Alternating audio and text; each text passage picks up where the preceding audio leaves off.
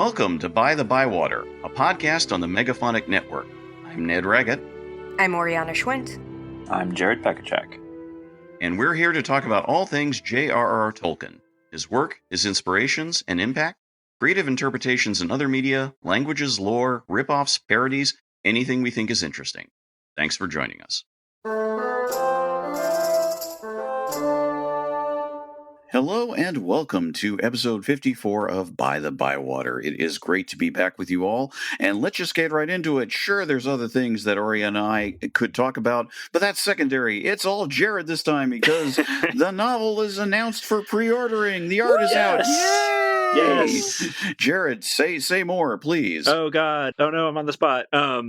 Yeah, the West Passage cover art has been released to the public, so you can view it. It's by the extremely talented Curry Wong, which I never dreamed I would have a cover by her.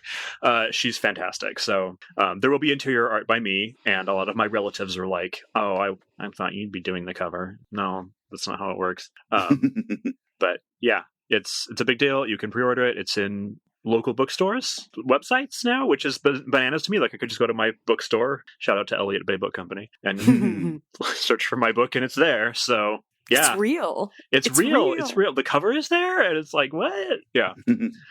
It is all quite wonderful. Yes, we will, of course, have plenty of links in the show notes for where you can place that order, and you absolutely should. Please do that. Bump up pre-orders. Very important. The more pre-orders, the better. It's the type of thing that can create buzz, so that way in a year's time when, all sorts of strikes and things have been settled, everyone's like, hey, this hot new property, and there we go, multimedia franchise. Well, yeah, right.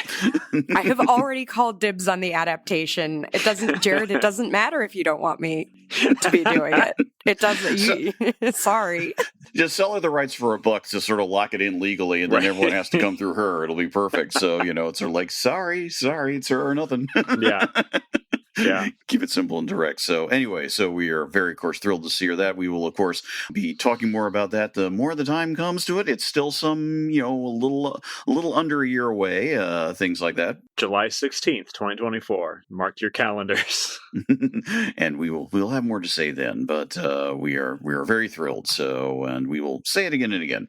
We are so here for. Can I just say I'm just so excited and proud of Jared. Yeah. I'm so excited for him and so proud. It's just wonderful. It truly is. It truly is. It's just one of those things that, hey, we all make our moves, and I think this is one of the best ones that we've done in all our years of doing this so far. It just sort of like, wow, this is great. And it is really, really thrilling. So, and we're happy to be his cheering section now and forevermore.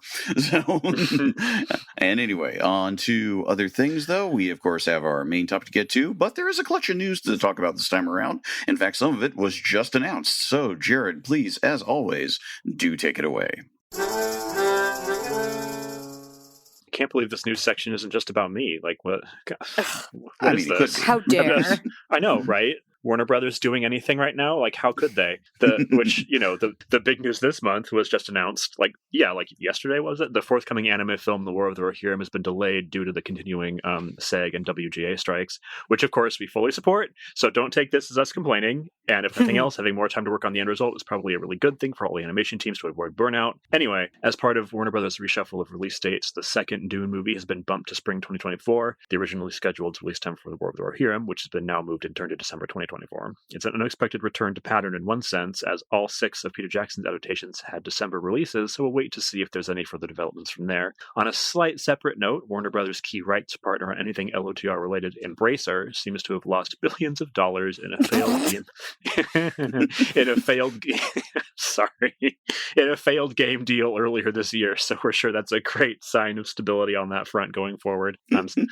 Sorry. Why is that so it's so funny? Why is it funny? I feel like it's because they did, we'll get to this in a second, but like they did such a crappy job with everything that it's like entertaining in a way. Yeah, Anyway, one more thing.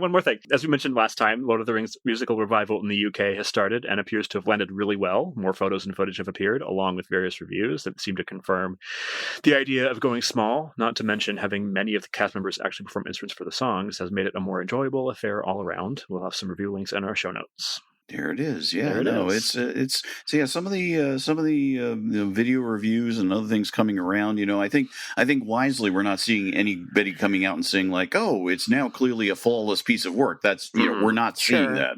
We're widely, and and I think they're pointing out how, in keeping with the original production, certain adaptational choices were made. I mean, yes, again, no Tom Bombadil. Are we really surprised by that at this point? No, I don't think we are. So. I'm going to write a Tom Bombadil musical. That's what I'm going to do.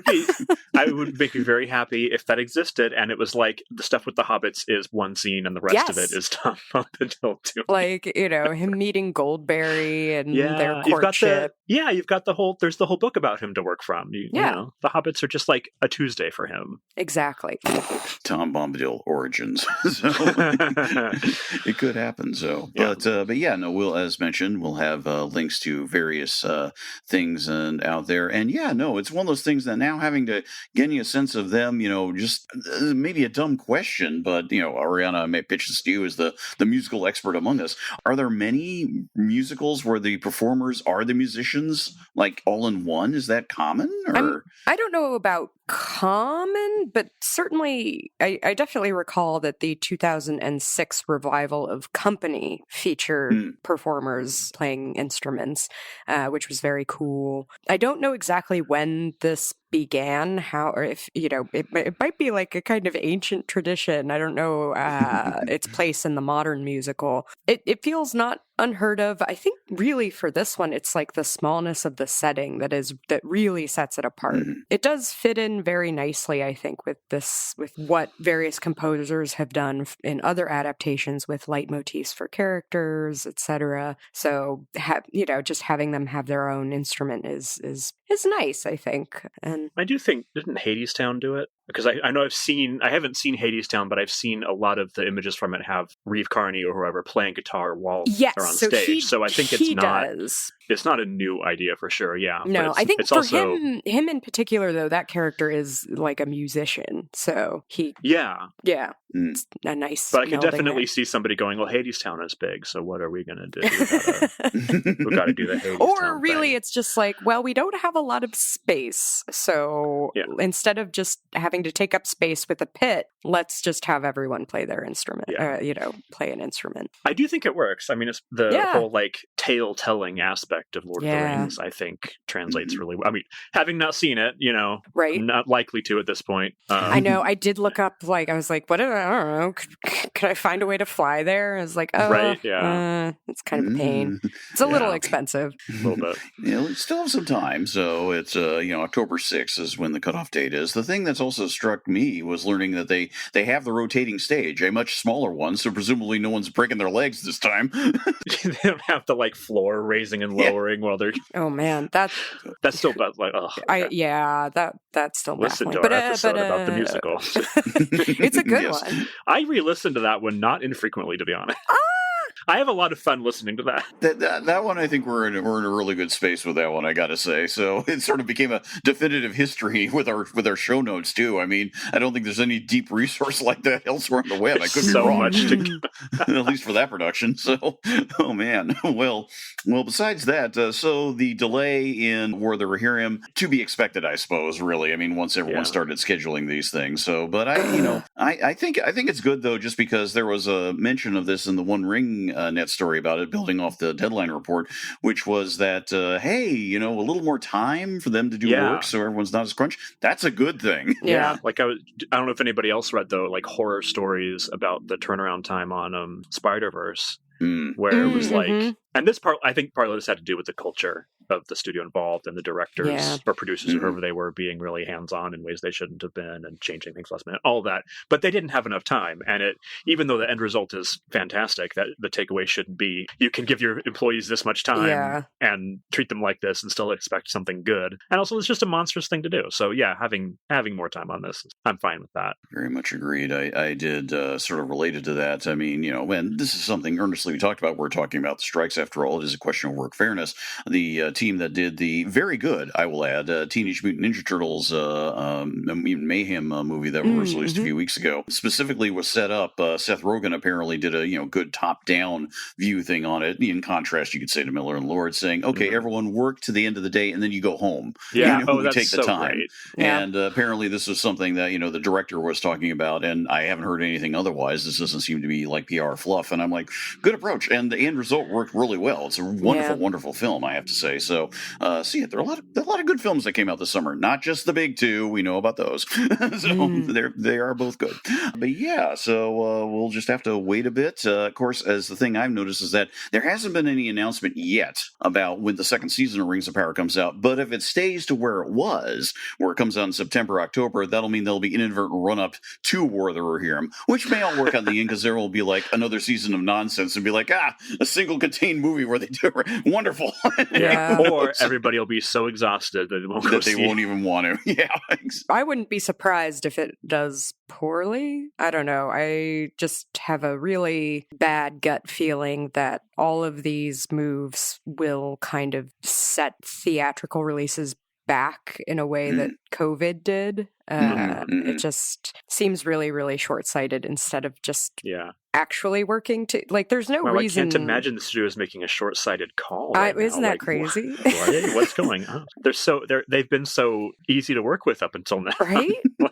Making so many rational decisions. It's truly cutting your nose off to spite your face. Yeah. At this point, it's not that difficult. It's like, welcome to the Karl Marx hour on By-The-Bywater. What can we say?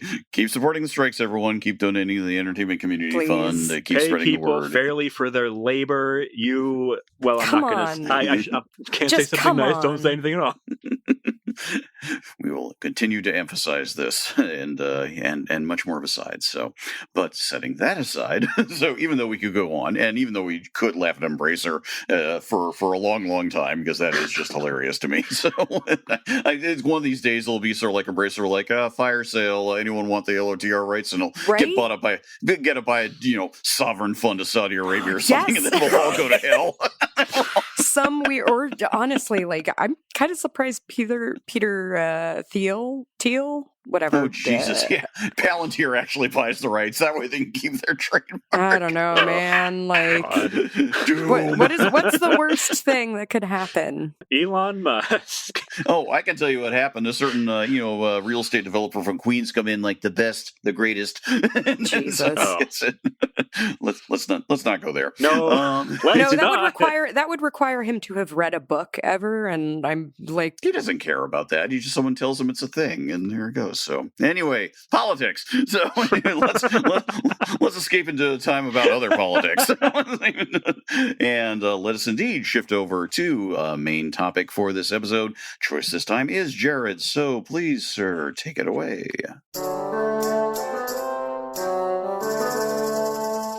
So how far away can we actually get from labor rights in this episode? Let's find out. I'm going to be perfectly honest with everybody. I'm not totally prepared for this because, for understandable reasons, I haven't had a lot of time recently. So we're going to see where this one takes us. And speaking of writing and books and all of that, people are always saying, write what you want to read, which is good advice, really. That's how I got my book deal, people. Yeah, and it was two professors casually talking about that very thing in 1937 that gave rise to what we're looking at today, the abortive novel, The Lost Road. In Tolkien's own words, Lewis said to me one day, I wish I could do a Tolkien impression, but I can't. I'm so sorry, everybody. I'm letting everybody down. Lewis said to me one day. Tollers, there's too little of what we really like in stories. I am afraid that we shall have to try and write some ourselves, which is so freaking cute, honestly. Tollers. The British university system in the 30s must have been wild. Tollers. Also, in my memory, for some reason, this exchange was a drunken bet. I don't know why that is. I hope it's the truth. I kind of doubt that, though. At no point does he say that, but to me, it feels like a drunken bet. I don't know. I digress. Lewis here is, of course, C.S. Lewis, and he and Tolkien decided that Lewis would write about space travel and Tolkien would write about time travel, because apparently there was too little of that.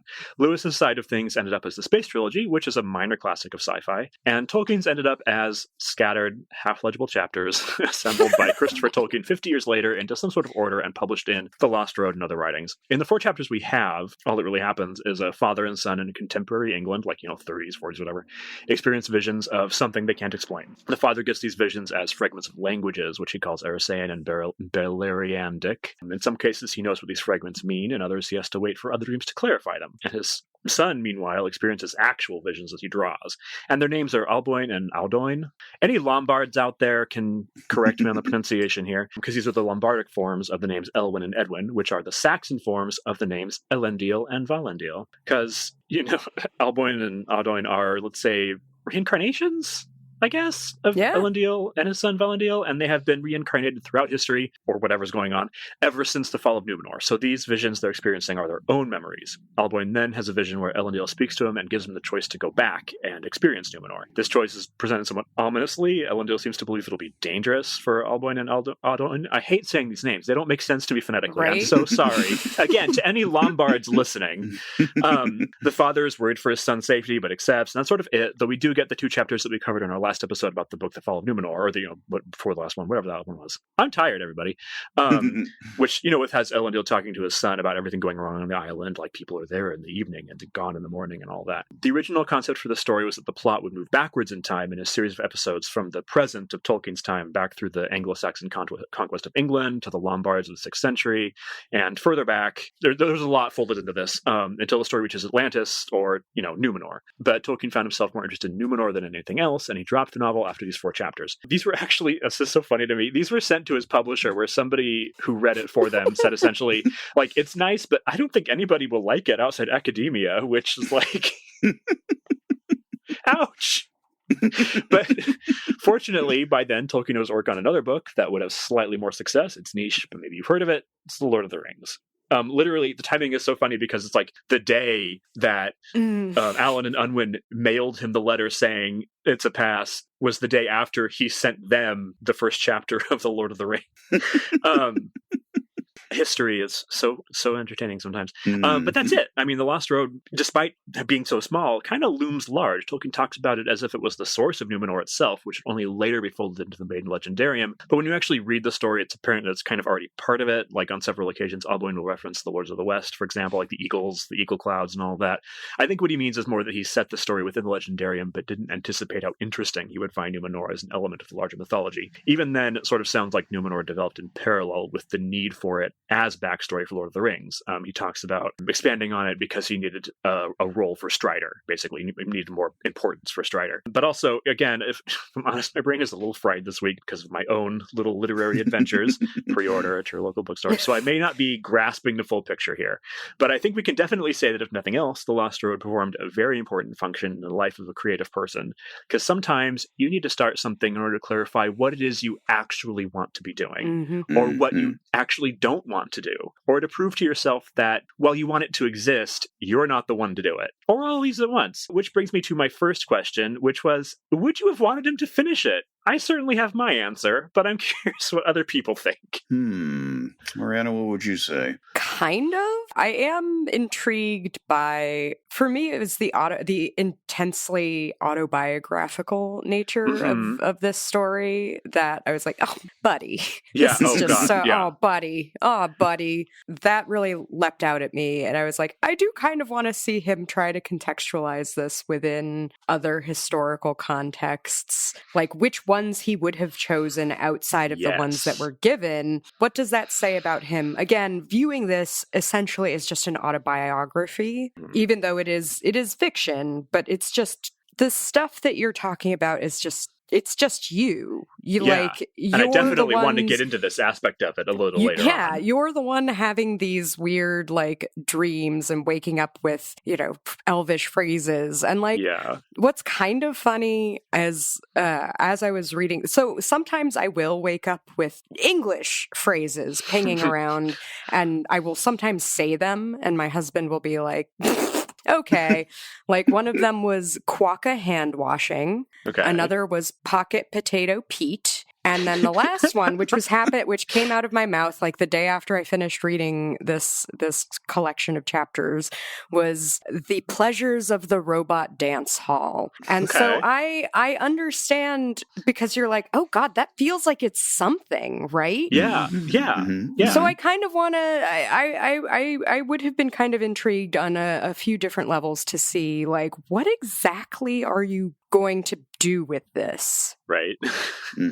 Yeah, and as for me, I think my take on it would be this. I mean, obviously the roughness by default means that, I'm not looking at anything as being sort of definitive here, but I see reaches for him to try something in a narrative mode that he hadn't really tried before, or rather hadn't really concretely tried before to my knowledge. He's not these... and as Jared noted, we did just look at essentially the key Númenorean chapter just a couple of episodes ago in the Fall of Númenor, so I don't want to necessarily revisit it all here, even though now that rereading it here puts it in its proper context, which is really useful and explains kind of a lot of what was going on that I had forgotten about when we did that reread, was that we have a sense that in that chapter, and then in these chapters too, that instead of his, sort of like telling a story retrospectively, or there's something more sort of like he's reaching for how do actual people talk to each other, which sounds flippant. He doesn't quite get it, but yeah, he's doesn't quite get it. Doesn't quite get it. He's trying.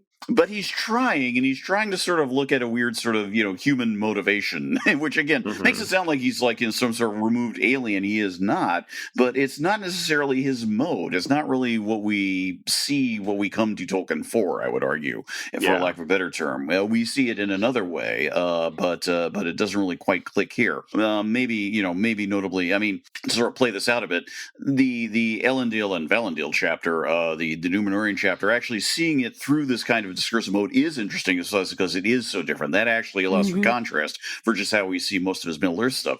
But you take the Alboin and Eldoin, those names, you take the names on their own as sort of like, two English guys, father and son talking to each other. It's sort of like paper thin doesn't begin to describe it, unfortunately. It's just there's something else I'll get into later in terms of like the overall narrative mode, but building on the idea of autobiography, I do think it's very interesting in weird and creepy ways what he's trying to do in terms of what his thing is. I mean, Christopher Tolkien says as much, and it's one of those things, almost things like he says it and then passes on from it. It's like, you don't want to delve into this, do you? Do you, Christopher? Is that sort of like what happened is that, Tolkien's, his father, did in fact die when he was young, and he didn't lose his wife. I'm like, yeah, that's right. Yep. So how come it's all just how convenient that it's all these dudes and all these missing women?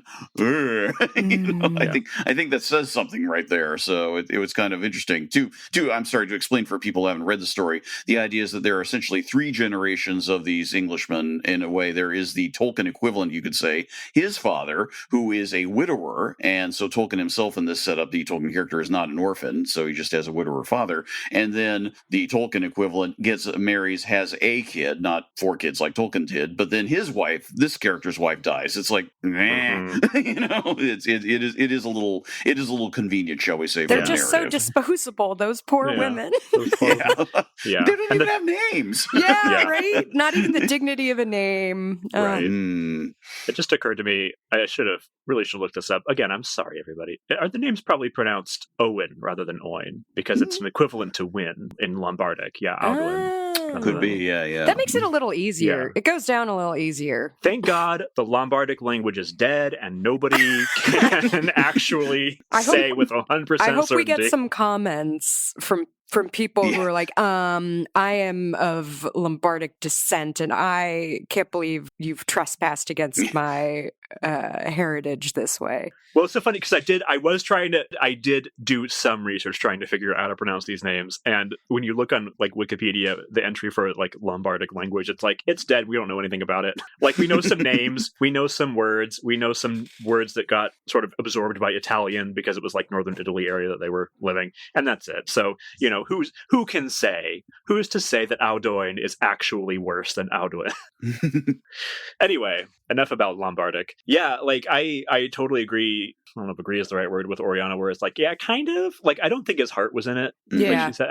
Even with rewrites, which, he would have to do because that's how it works. I don't think he's interested enough in the modern world to really ground that part of the story very well, because that's not pointed out. It's so thin. It's not even characterization. It's just autobiography, and not even like rounded autobiography either. And I also think that with the historical sections, whatever they ended up looking like, we'd get a lot of extremely academic like discursions on various Germanic languages and stuff. And I think this kind of time travel that he's going for, where it's almost like what will happen is that these two people will kind of mentally go back thousands of years. The time travel of the mind requires a sense of the mystical that he wasn't really the right person for, because like he's good at these visitations, like the scene in the Fall of Gondolin where Ulmo appears to Tuor, and it's this whole like this awesome moment.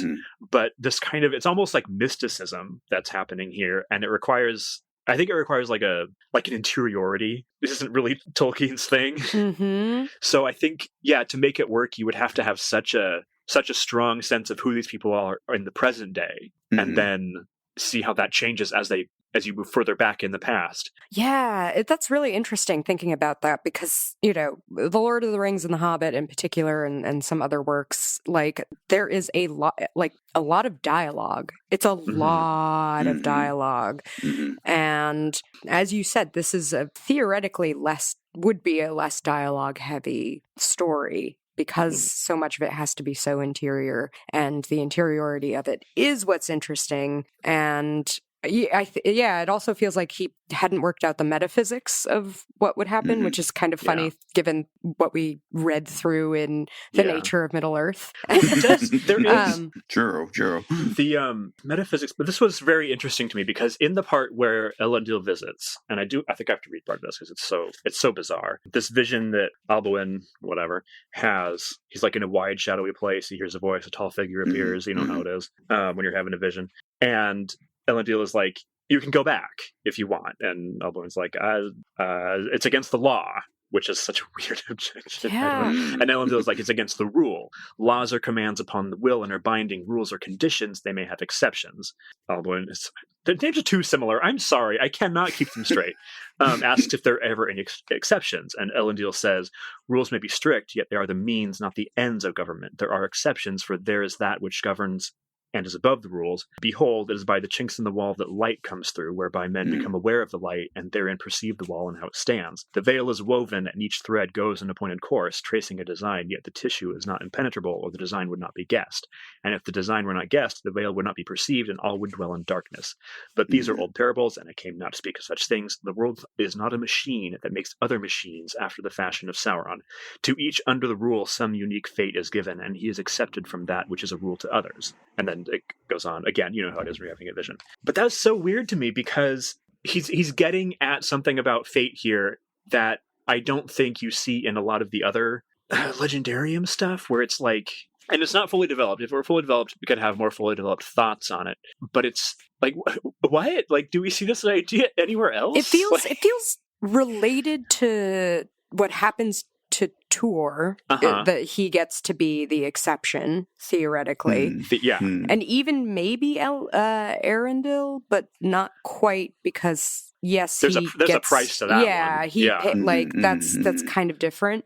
But I wonder if that is kind of related to the fate of Tuor, where it's like, well, I've already kind of established this idea of rules, and there being an exception to every rule, essentially. Yeah, and it's interesting that this is spoken by a human character to another human character. Yeah. And there are parts where he talks, not in this, but like in Silmarillion, I think, where like basically elves kind of don't have free will because they're part of the song, but men, because they're visitors in the universe, can shape their lives outside of the song of Arda or whatever it's called. So maybe it's a different view of the same thing that's happening. I don't know. It struck me as such a strange, like, he doesn't do this kind of summation about metaphysics in his work a lot that I can recall. And I'm also I was looking at it going, okay.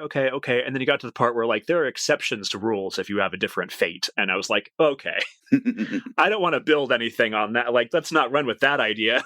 That seems like a justification waiting to happen. Very fraught. Yeah. Yeah.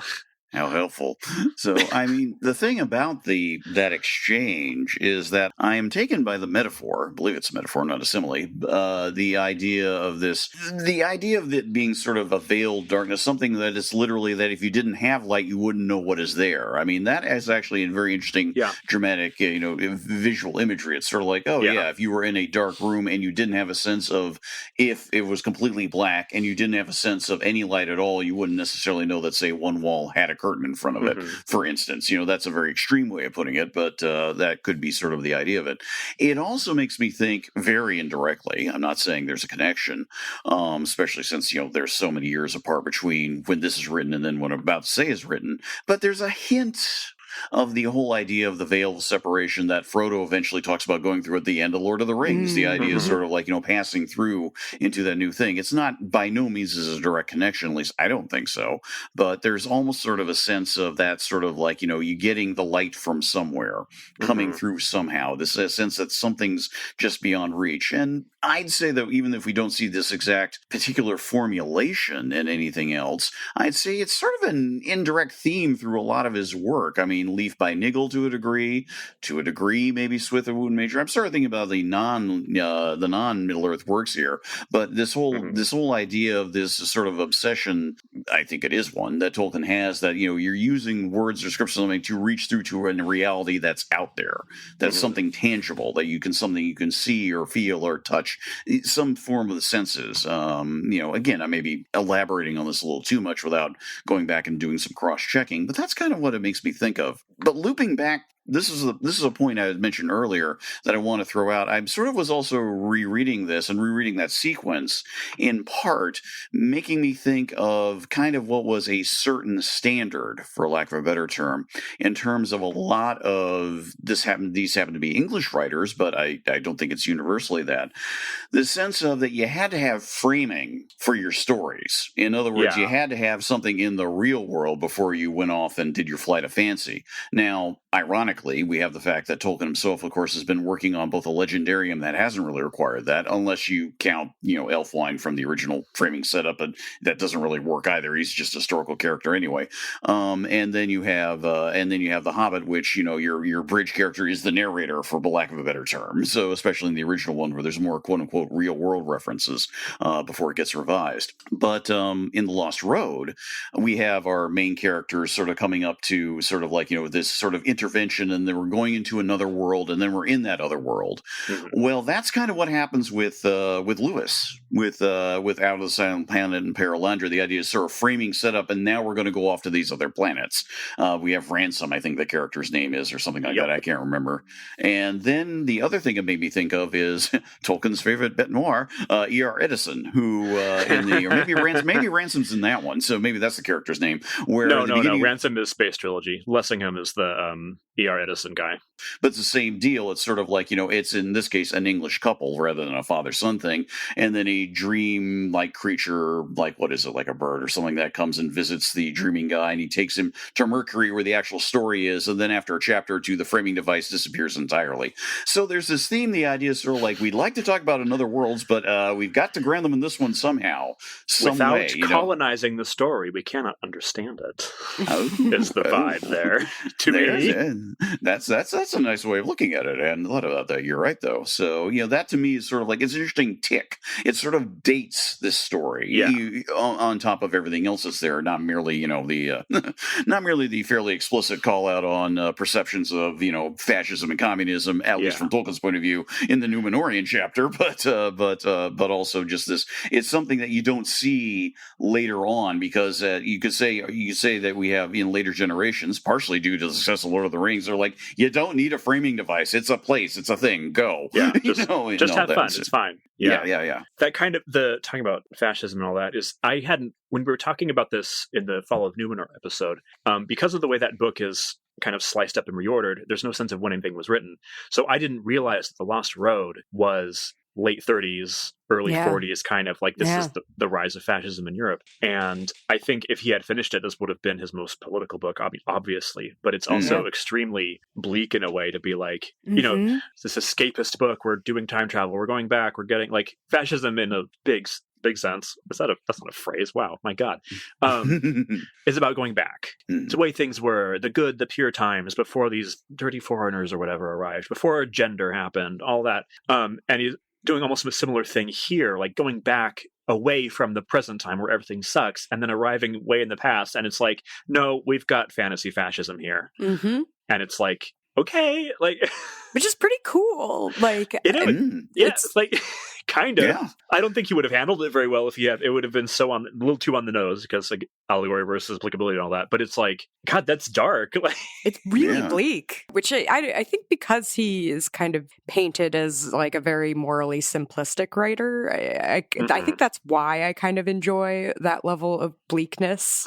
And his son, and Elendil's son, being kind of like a weakie, like just like this, like caving to the fascistic like, Dad, pressures of society. You can't do that; they'll hear you. And like, but I thought Sauron was good or whatever, and Elendil has to be like, "Oh my God, oh no, what have I like?" Realizing you've like we should have talked about this before. Kind of raised a dud. I kind of love that.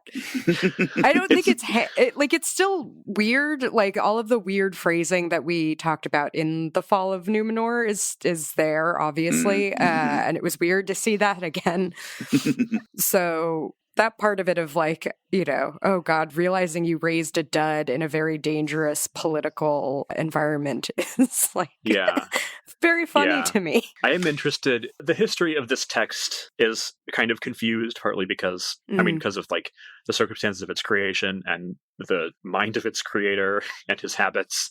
But there's some hints about where it would have gone. And like maybe one possible plot thread involves Elendil like renouncing the Valar or whatever to protect his son, or the plot thread involves them being sort of dragooned into the armada that attacks Valinor and then getting there and being like, nope, we're not doing this actually, and leaving. And I don't know.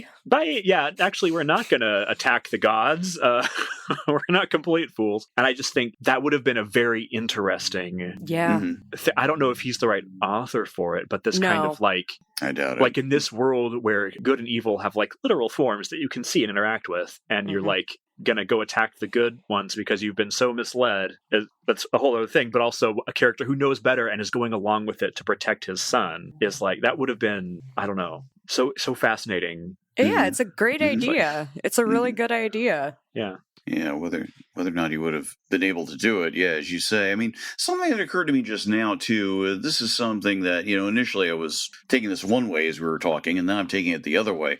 And that is to sort of go back to our, Alvin and Alvin, or whatever their names, is that, part of the sort of unreality of the characters is the sense that they do seem to exist in our modern day folks in this isolation. Like, there's just always the two of them, a master and an apprentice. Well, no. And there's always just the two of them. And then everything else, and then the rest of the land is sort of like, who are their social contacts? Is there anybody? It's sort of like you gather that things happen, but it's sort of like there's always this house on the shore over there. Then, as we see, and again, when we did this for Fall of Númenor, it hadn't really clicked. But when we say Fall of Númenor, the idea is the setting up a contrast with another house on a shore where it's just the two of them. Only the idea is that sort of like, the first one is seen, our modern day guys are seen as, it's bucolically stereotypical, a sense, if somewhat, again, isolated. It's like, part of me is sort of like, places on the coast these days, at least, everybody has a claim somewhere. And things like this is sort of like, where's the piers, or is anything like that? They have this little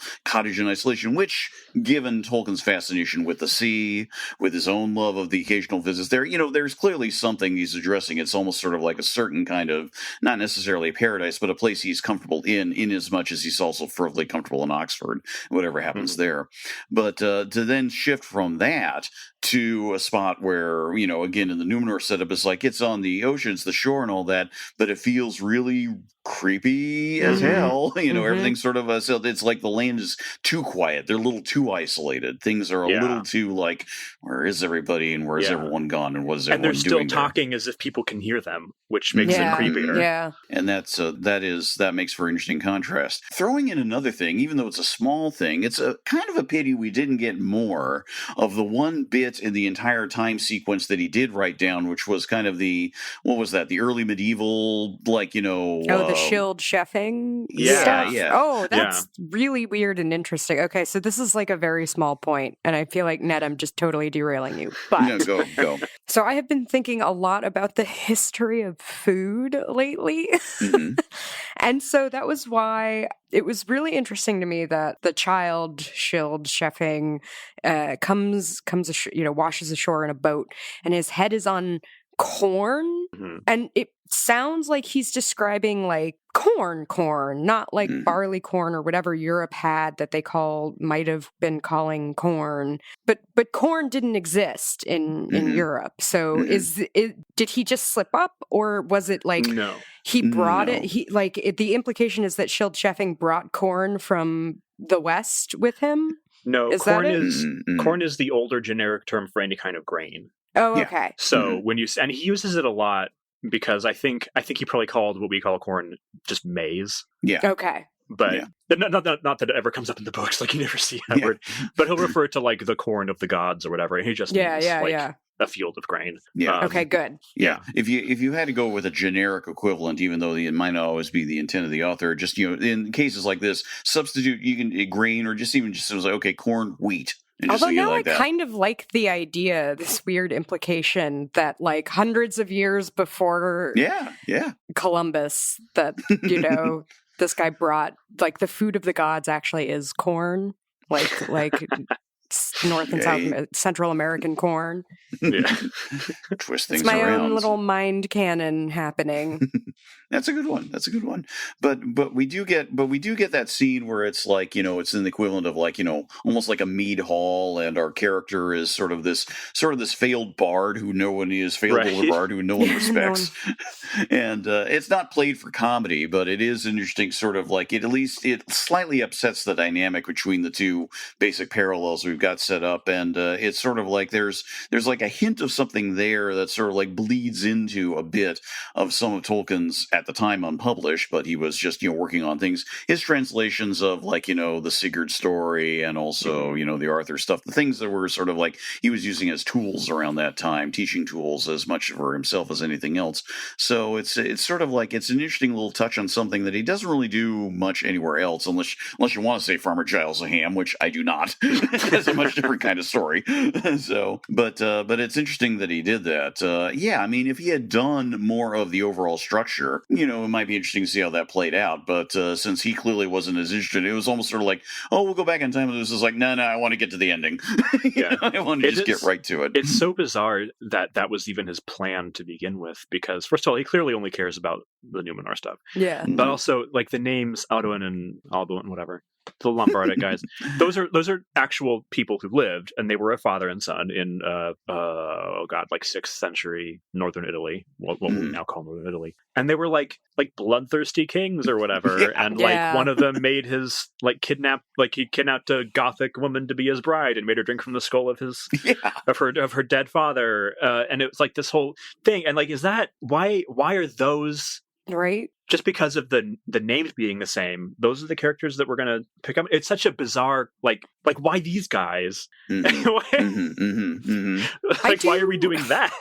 I feel like so much of this is just pastiche of his own special interests. Mm-hmm. Like, so much of it is just, and that feels very first-time writer. But this is, I will point out, this is after The Hobbit, so true. But it's definitely first time doing an adult book. Yeah, like very early career, especially because like The Hobbit he had already been telling these stories to his kids, and so it's just sort of a more formalized version of that. Whereas now he's trying to fulfill his end of this bet, and all he can think of is these really kind of disparate threads that he just has intense interest in, and he's just trying to put them all together, and it's not really working. And he soon realizes that, I think, or at some point he realizes that and is like, well, I've got other things to work on now. Yeah, it's definite. It is interesting to me, not the specifics, but the idea of like this father and son with similar names have been kind of popping up throughout Western European history. Just okay, like why does it be there? But whatever. that is interesting to me. But it is definitely, like you're saying, like just this academic interest, he's going to shoehorn it in and be like, we're going to these guys from the Lombardic Kingdom or somehow Elendil, and I do think, I mean, that could have been an interesting contrast with like the sort of, there's the modern day kind of stuffed shirt professor and son thing that's happening, and then the Atlantis kind of heroic Elendil stuff, and then in the middle you have how these characters could be better or worse versions of themselves throughout history, which is fascinating. I just don't know if he's the author to do that. Mm-hmm. No. Especially if you're going to go full, like, father-in-law murderer kind of, like Shakespearean tragedy. It's such an odd choice. It's so odd. And it really does feel like when you have one idea, you really zone in on something. Yeah. I mean, we can talk about, can Tolkien write tragic characters? Turin, obviously. Yeah. So, and all that. It just sort of like, there's an extremely intense version of it, but it almost has to be something within his own history as opposed to actual real history. Within his own history, he can control it. Yeah. And I think a huge part of him writing tragic characters, outside of maybe like Feanor, who is tragic but also kind of makes his own bed and sleeps in it, is that a lot of them have to mean well and then get screwed over by a flaw. Like Turin is flawed and makes things worse for himself, but he is trying to do the right thing. He's just being very depressed and angry about it. Whereas Feanor is just selfish and just doesn't care. Right. Yeah. And Boromir, of course, is another, tragic definitely trying to do the right thing, even if but having like a king who, again, makes his wife drink out of her father's skull. Right? Like, that's not a tragic character. That's just being a medieval European. Finding a way to connect that back to your main guys is like, that's a very high degree of difficulty, and none of that is like, there's nothing present in the text that we have that would indicate there is like either any of these connection. guys are capable. You haven't set any of this up properly. So like you said, someone else could probably do it. Yeah. Actually, there is a similar book that this concept reminds me of. Not that similar, but like the reincarnation across generations kind of thing. The Years of Rice and Salt by Kim Stanley Robinson, which is about... I hear that's great. No. Well, oh, interesting. So conceptually it is so fascinating. I found it kind of a slog, but it's set in an alternate history where the Black Death wipes out 99% of Europe's population, leaving the Muslim world and East Asia and India, like leaving everything else to fill in the gap, and how the world looks different with that. And like, obviously colonization of the Americas never happens. So like the Iroquois are like a world power by the time we get to like modern day, that kind of thing. And all of the characters in it is very similar. It's like episodes going not back in time but forward in time. These are a group of characters that are reincarnated over and over and over again. They're the same spirits, they're just making different choices each time as they go throughout the ages. And it's kind of like this, but moving backwards. That was why I have been looking for alternate histories where the colonization of North and South America didn't happen, and that was one that was recommended to me. So I think I'll probably still read it anyway. There's a lot in it that is really very interesting. It's definitely more a book about the idea of what if this happened, and less about the characters. Less about characters and plot. Yeah. I mean, sometimes sci-fi is like that, Yeah. Yeah, I could talk about my own alternate history loves and likes, but then we'll just get into discussions about Harry Turtledove being like the main figure of it all and things like that, and that can be its own involved thing. Maybe set aside. I was keeping an eye on the time. We should probably head into wrapping up mode here, and I'll just sort of throw out. This is something I said in the Fall of Númenor episode, but if there is something I do particularly like, is that regardless in Lost Road, is that again, regardless of the choppiness of the framing. And certainly some of the striking stuff, like again the weird metaphysical visit and everything like that. I do still like this particular conception of Sauron. Just literally washed onto the shore and coming up and just giving this sort of like a speech. Hi, I'm here, and then I'm here to serve your king, which must make you the coolest people on the planet. and then the whole idea, which again really only appeared here, that literally the mental Tarma was corrupted, and he's just up there watching over everything from the temple temple up there, which I have no problem where the temple ended up in the final conception. It works. The idea that the Melnitar is the one hallowed place that escapes it all, it literally even escapes the drowning, works for me too. But this image of just him up there as the ultimate, hi, I'm the center of the panopticon. How y'all doing down there? Is just, that's a very good way of showing how something that is theoretically one ideal runnerization turns completely the opposite while still seemingly being the same thing. So I did like that. I'll end there. Any final thoughts from either of you? The autobiographical stuff is really weird. Yeah.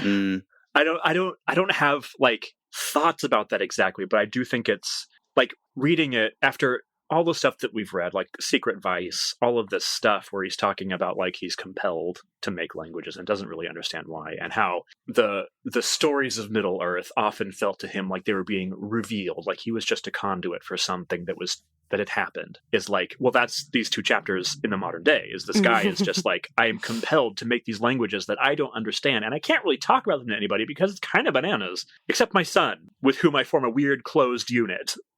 Which is I don't know. I'm just imagining being Christopher Tolkien and reading this and being is that me? Would you know that he had any other kids if right? if you didn't have access to his biography? Because it's just him and old Chris. That's it made me weirdly uncomfortable reading it.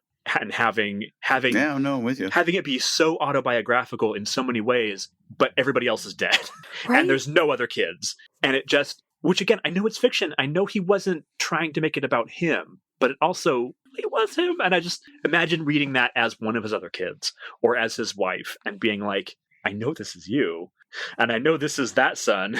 Where am I? It is kind of reading someone else's diary. It is a little bit like that. And that definitely is quite uncomfortable. Yeah. I don't know if I have to specify this, but I don't think it's wrong exactly. It was just a little weird for me to read it. And maybe somebody else wouldn't feel that way. We all start our, the stories that we try to write, they can start in weird places sometimes. That's all. Yeah, I mean...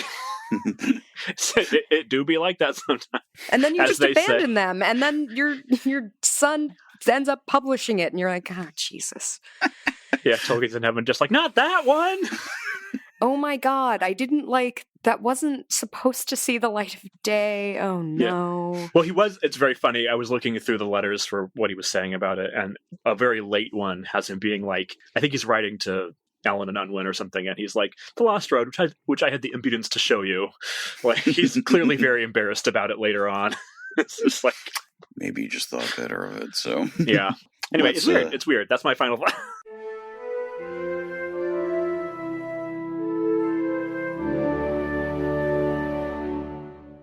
Okay, the choice of topic has come back around to me, and we're almost getting a little bit of a mini series, if you will, at this point, given what we've been talking about.